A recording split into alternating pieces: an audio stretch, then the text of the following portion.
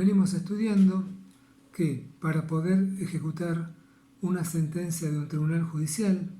y agregamos o de un tribunal arbitral, esta tiene que estar consentida o ejecutoriada y vencido el plazo para su cumplimiento.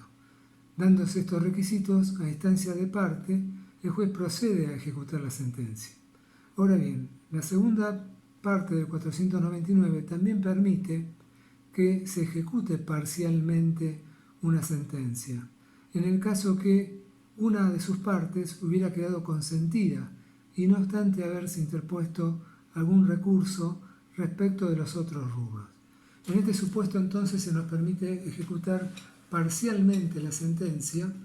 con respecto sí a la parte que quedó firme, es decir, acá no hay una excepción a la ejecutoriedad de la sentencia o a que no esté consentida, sino que lo que se permite es que, no obstante hallarse cuestionado una parte del fallo, si otra parte independiente del fallo, que puede cuantificarse separadamente, quedó firme, que se pueda llevar adelante la ejecución respecto de ese rubro. En este caso lo que se hace es expedirse un testimonio donde quede constancia que determinado rubro, por determinado importe, ha quedado firme para que pueda ser ejecutado en primera instancia, yendo el expediente a cámara para conocer del recurso por los demás rubros que están cuestionados. Piensen en el caso que tenían del accidente de tránsito, si por ejemplo el juez hace lugar a los rubros daño emergente, lucro cesante, daño moral, y la parte demandada apela solamente y cuestiona los rubros relativos al daño moral y al lucro cesante, quedando firme la suma fijada por daño emergente. En ese caso entonces se puede proceder a ejecutar parcialmente la sentencia por los rubros que quedaron firmes. Bien, en cuanto a la competencia del juez, establece el artículo 501 que va a resultar competente el juez que dictó la sentencia. Esto tiene que ver con lo que mencionábamos al principio en cuanto a que el proceso no debe entenderse aislado de la ejecución de sentencia. El proceso principal tiene una etapa más que es la de la ejecución de sentencia y por lógica consecuencia va a ser competente para entender en esa etapa de ejecución de sentencia el que entendió en todo el proceso hasta el dictado de esa misma sentencia. También permite el inciso 2 del 501 que si así lo impone el objeto de la ejecución, se pueda encomendar a un juez de otra competencia territorial determinada diligencia para ejecutar esa sentencia. Esto no importa una excepción a las reglas de la competencia, sino que en realidad es una encomienda que hace un juez de una jurisdicción a otro en cuanto a una delegación de la competencia para determinado acto, pero no implica una excepción a la regla de competencia. Piensen, por ejemplo, en un caso donde deba otorgarse la posesión de un inmueble que está en extraña jurisdicción, o bien deba llevarse adelante un desalojo en extraña jurisdicción, donde el juez que dictó la sentencia de desalojo, que por ejemplo está en la ciudad de Buenos Aires, no puede trasladarse a ejecutar la sentencia a la ciudad de Córdoba, sino que por delegación intervendrá el juez con competencia territorial en relación al lugar donde se encuentra el inmueble, respecto del cual habrá que darle la tenencia a la parte actora que tramitó un proceso en la ciudad de Buenos Aires. Bien, después también establece el 501 el inciso tercero que va a ser competente el juez del principal si mediaron conexiones directas entre causas sucesivas. Es decir, si se inició un desalojo como proceso principal, a consecuencia de ese desalojo después se inició un proceso de daños y perjuicios derivados de esa ocupación, bueno, el juez que va a ejecutar la sentencia va a ser el juez del principal, el juez del desalojo. Bien, en cuanto al procedimiento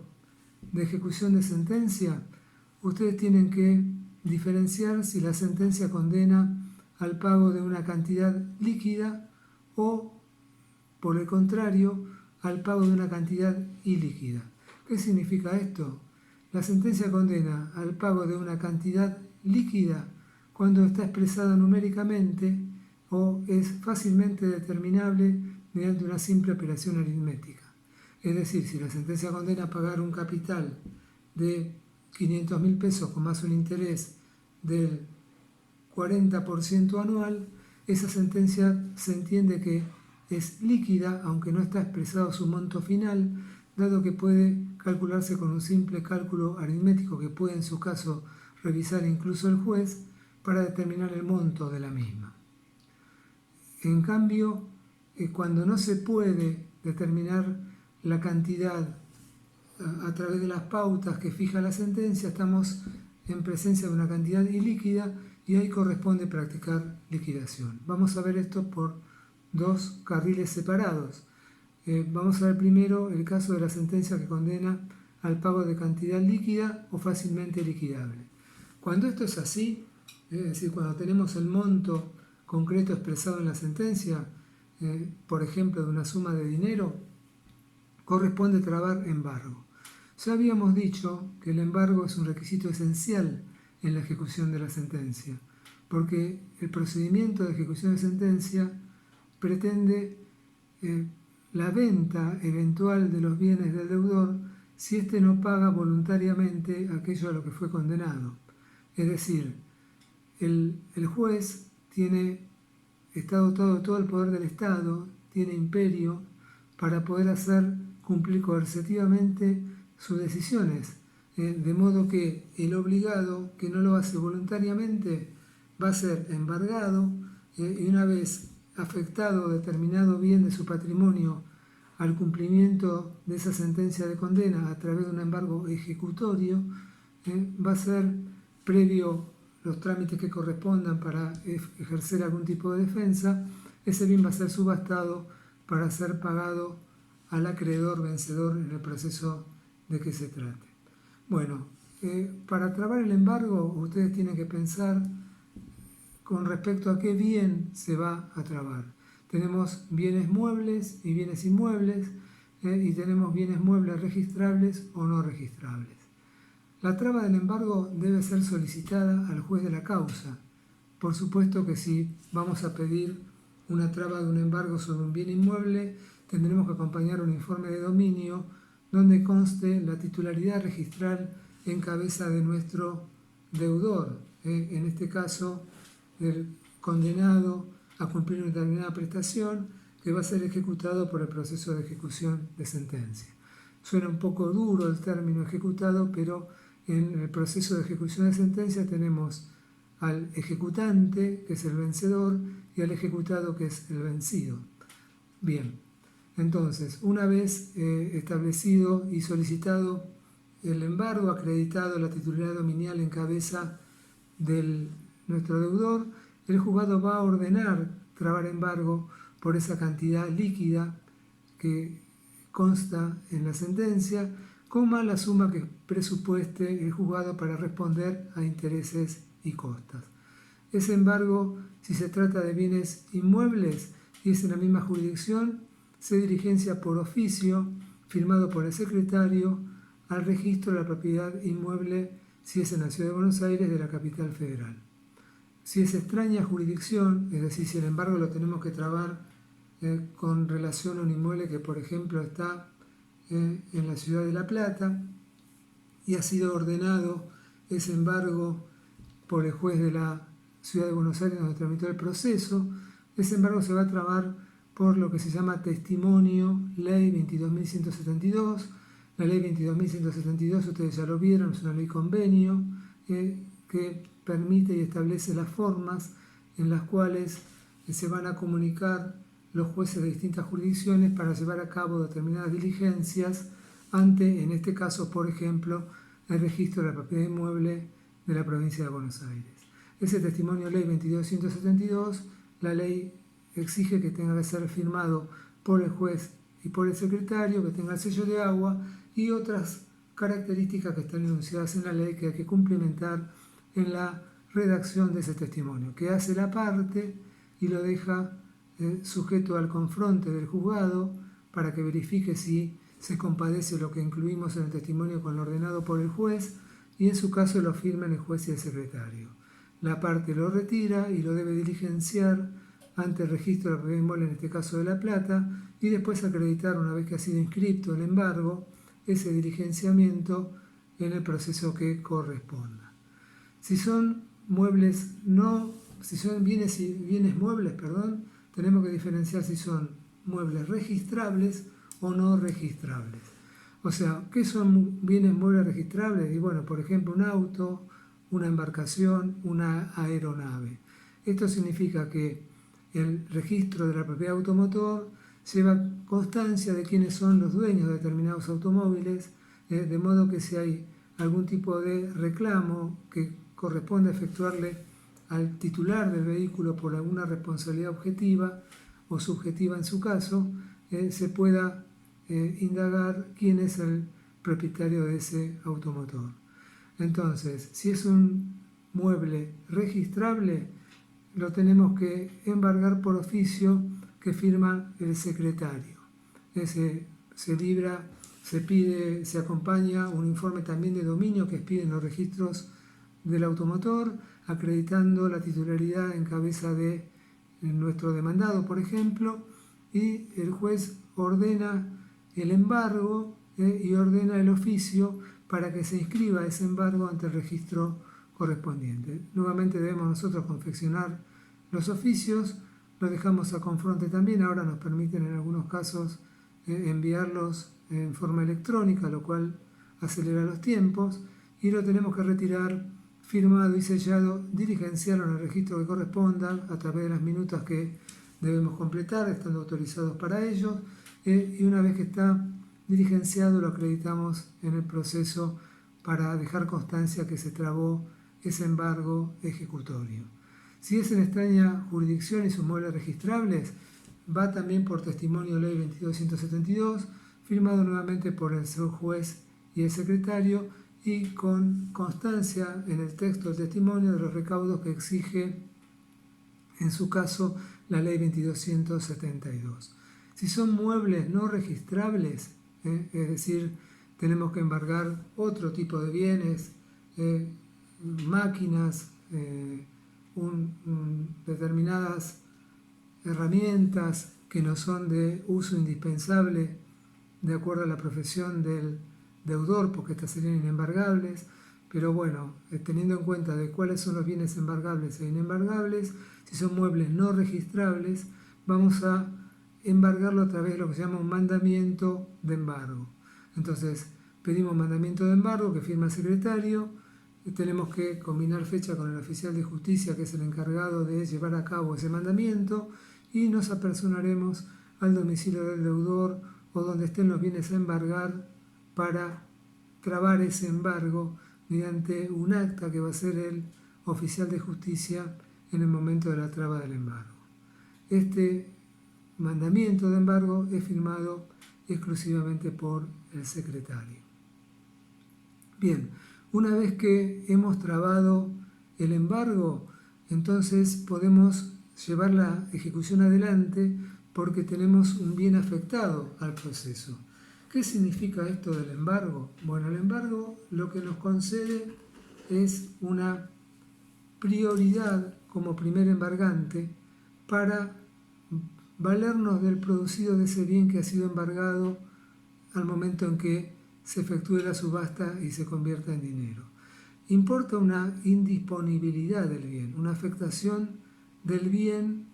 al proceso y una indisponibilidad en el sentido que no se puede disponer como si el bien estuviera libre, lo que no quiere decir, por ejemplo, que un bien embargado no pueda ser vendido. Si el deudor al que le hemos embargado un bien vende ese bien indicando que está embargado, un tercero puede adquirirlo, pero ese tercero tendrá que soportar las consecuencias de ese embargo, porque el embargo persigue a la cosa embargada sin perjuicio que la transfiera el titular de la cosa que era deudor. Entonces, hay una indisponibilidad en el sentido que no se puede disponer de ese bien embargado como si estuviera libre de gravámenes. Pero si queremos, dado el tipo de bien que vamos a tener que subastar, desapoderar directamente al deudor del bien, tenemos que pedir otra medida que no es el embargo, sino que además del embargo tendremos que pedir el secuestro del bien para que en ese caso lo podamos trasladar para quitarlo de la esfera de dominio de su dueño. Bueno, una vez que tenemos entonces embargado determinado bien, que lo tenemos afectado a nuestro proceso, que tenemos una prioridad que viene dada por el tiempo en el que se embarga para valernos del producido por la venta de ese bien, estamos en condiciones de continuar con la ejecución adelante y para eso tenemos que citar de venta al deudor. Es decir, si bien estamos en la etapa de ejecución de la sentencia, donde el conocimiento del juez es mínimo, no se excluye un cierto grado de conocimiento a través de las excepciones que puede oponer el deudor al progreso de la ejecución de sentencia. De ahí la necesidad de citarlo de venta, porque es esta citación de venta, una vez, reitero, que ha sido embargado, la que le permite defenderse al deudor aún en esta etapa de ejecución de sentencia y habiendo tramitado ya el proceso ordinario completamente, como dijimos anteriormente. Bien, esta citación de venta lógicamente debe hacerse a posteriori del embargo, es decir, primero hay que embargar y después citar de venta, sin perjuicio que en la práctica en algunas ocasiones se hace juntamente la citación de venta con el embargo, o mejor dicho, el embargo con la citación de venta, por ejemplo, a través de un mandamiento donde se traba embargo sobre determinados bienes muebles y al mismo tiempo se deja constancia que se lo cita de venta al deudor para que oponga las excepciones del 506 del Código. Si no se hace conjuntamente, es la secuencia que establece el Código, primero embargar determinados bienes, porque si no embargamos bienes no podemos seguir porque no vamos a tener nada que vender para realizar prácticamente la sentencia. Entonces, primero embargar determinados bienes y después citaremos por cédula de venta al deudor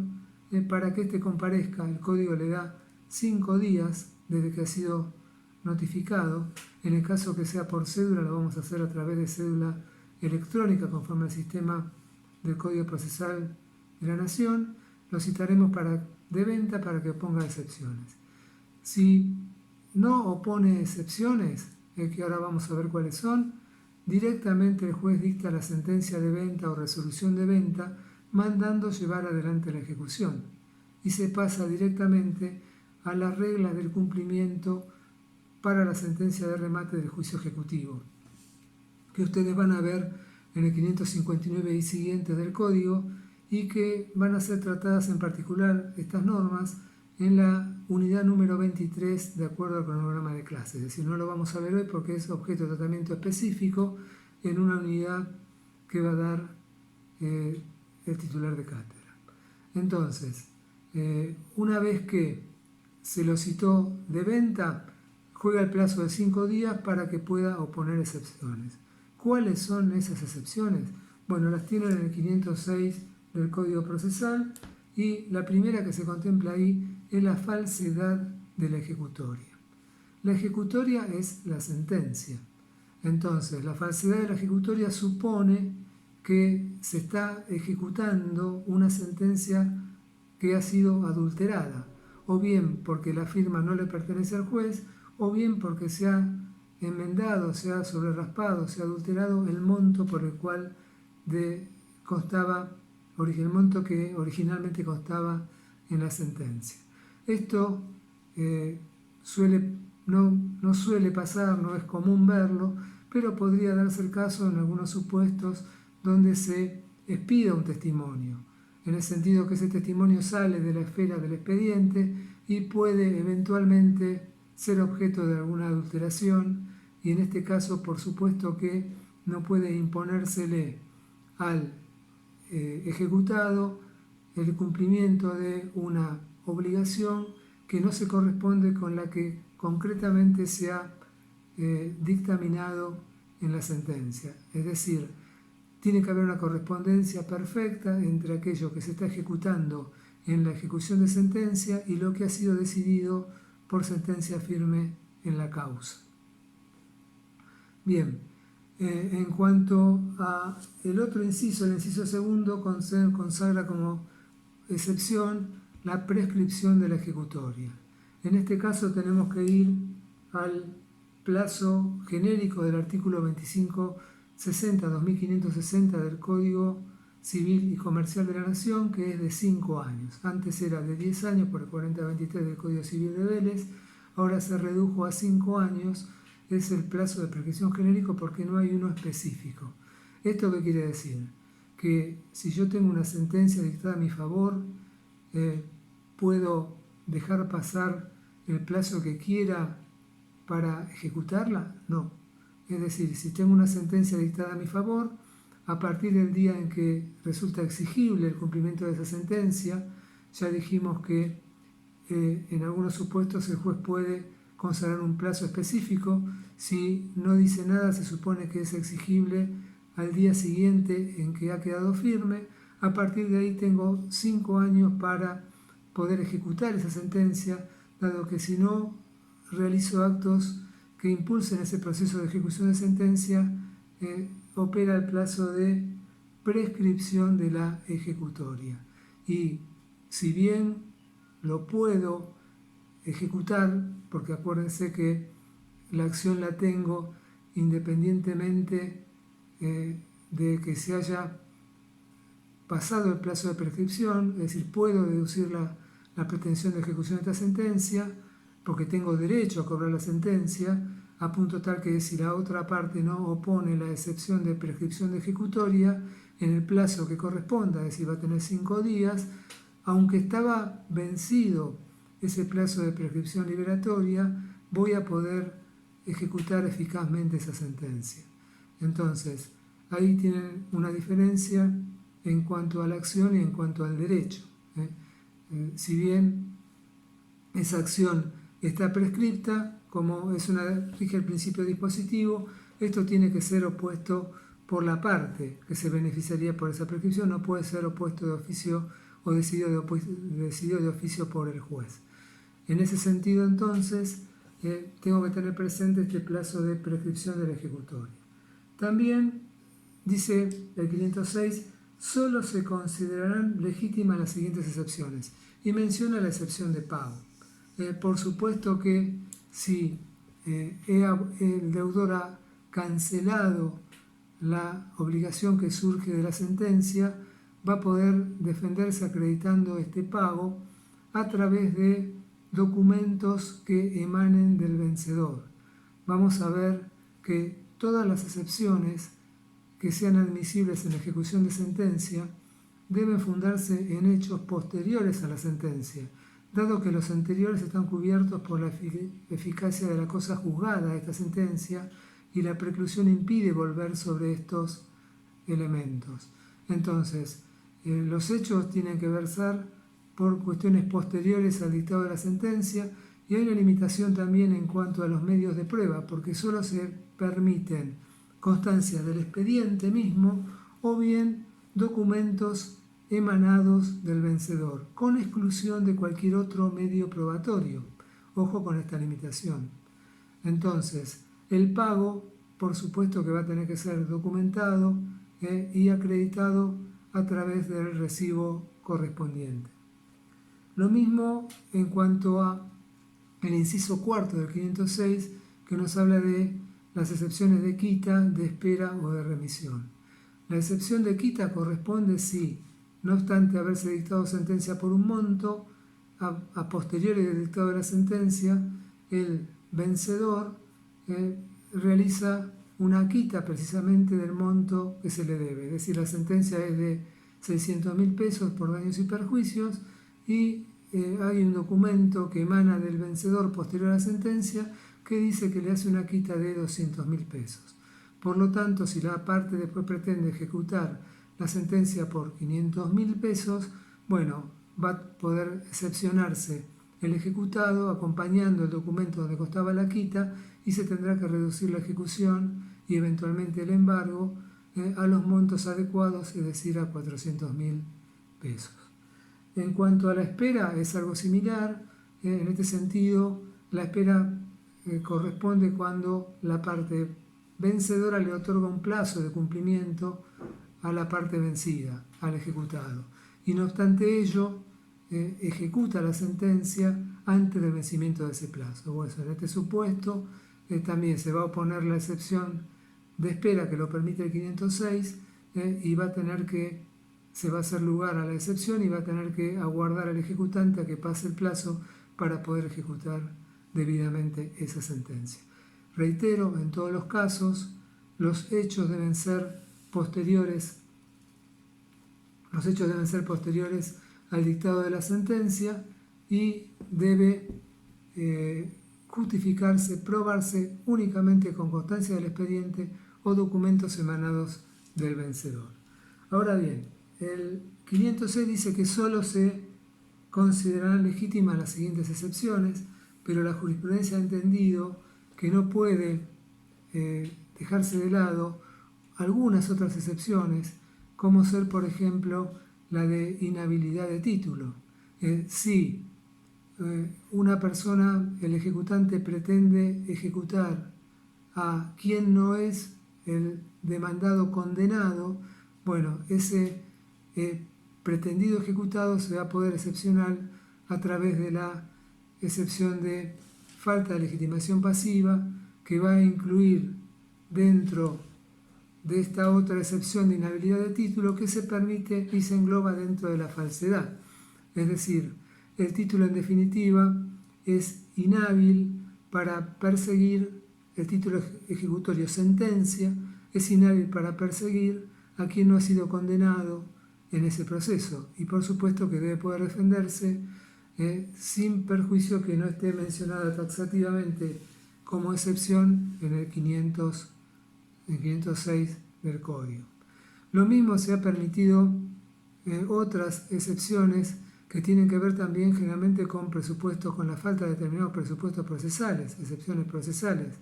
en el sentido que si se va a ejecutar la sentencia ante un juez incompetente, aunque no esté señalada expresamente dentro de las incumbencias del 506, el deudor puede excepcionarse oponiendo la excepción de incompetencia ante el juez que está interviniendo en esa ejecución. Bien, ¿cómo una vez que se ha opuesto alguna de estas excepciones por el ejecutado, corresponde entonces darle traslado al ejecutante? Este traslado se da también por 5 días para que conteste las excepciones del vencido. Una vez que contesta, el ejecutado debe resolver, el juez, dictando resolución, haciendo lugar a las excepciones y en ese caso ordena levantar el embargo. Es decir, si estima procedentes las excepciones con algunas salvedades, porque por ejemplo, si estima procedente la excepción de pago, va a levantar el embargo. Si estima procedente la excepción de prescripción ejecutoria, va a levantar el embargo. En otros casos, si es la de quita, va a adecuar el embargo en la forma que corresponda. Si es espera, no va a levantar el embargo, sino que va a hacer lugar a la excepción, pero va a dejar trabado el embargo para que el ejecutante pueda continuar cuando se verifique el plazo correspondiente. Y si es la excepción de remisión, que consiste, por decir así, en el perdón de la deuda, técnicamente remisión es devolver el título donde consta la obligación al deudor, pero acá esto no es posible porque se trata de un instrumento público que está agregado a un expediente, pero vendría a ser como un perdón de la deuda. Si se perdonó la deuda y consta un instrumento que acompaña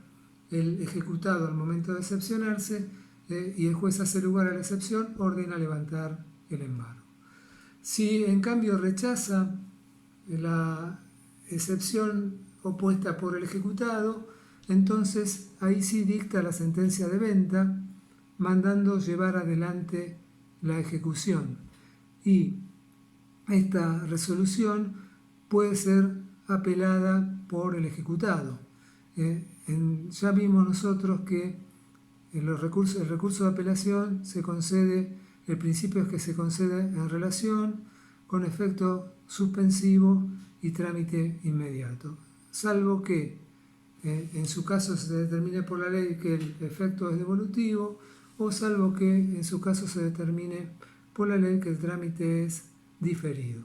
Bueno, en este caso, cuando estamos hablando de la apelación de la resolución de venta por parte del ejecutado, estamos hablando de un recurso en relación que se concede con trámite inmediato, pero con efecto devolutivo si el ejecutante otorga fianza de responder por los daños y perjuicios que le ocasione al ejecutado si esa resolución es modificada por la Cámara. Es decir, acá rige también el principio general. Si el ejecutante no otorga fianza para responder por estos daños y perjuicios, el recurso de apelación contra la resolución que manda llevar adelante la ejecución contra la sentencia de venta se concede con efecto suspensivo y con trámite inmediato. Pero si otorga fianza, si da una garantía de responder en el supuesto que la Cámara revoque esa resolución de los daños que le pueda causar al ejecutado, puede transformar el efecto de la apelación en devolutivo, es decir, no suspensivo, y por lo tanto ejecutar la sentencia, no obstante esta estar apelada por la parte ejecutada. Bien, entonces, en el caso que ordene levantar el embargo, puede apelar acá el ejecutante, y esa apelación sí va con efecto suspensivo y con trámite inmediato también. O sea, en relación, con efecto suspensivo y trámite inmediato. Pero acá el que apela es el ejecutante,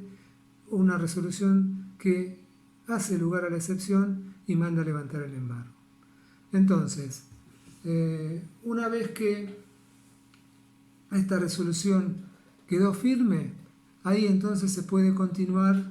con el trámite de cumplimiento de la sentencia de remate para el juicio ejecutivo, que es una etapa común al juicio ejecutivo y a la ejecución de sentencia, que vamos a ver más adelante. Bueno, continuamos seguidamente con la parte 3 del video.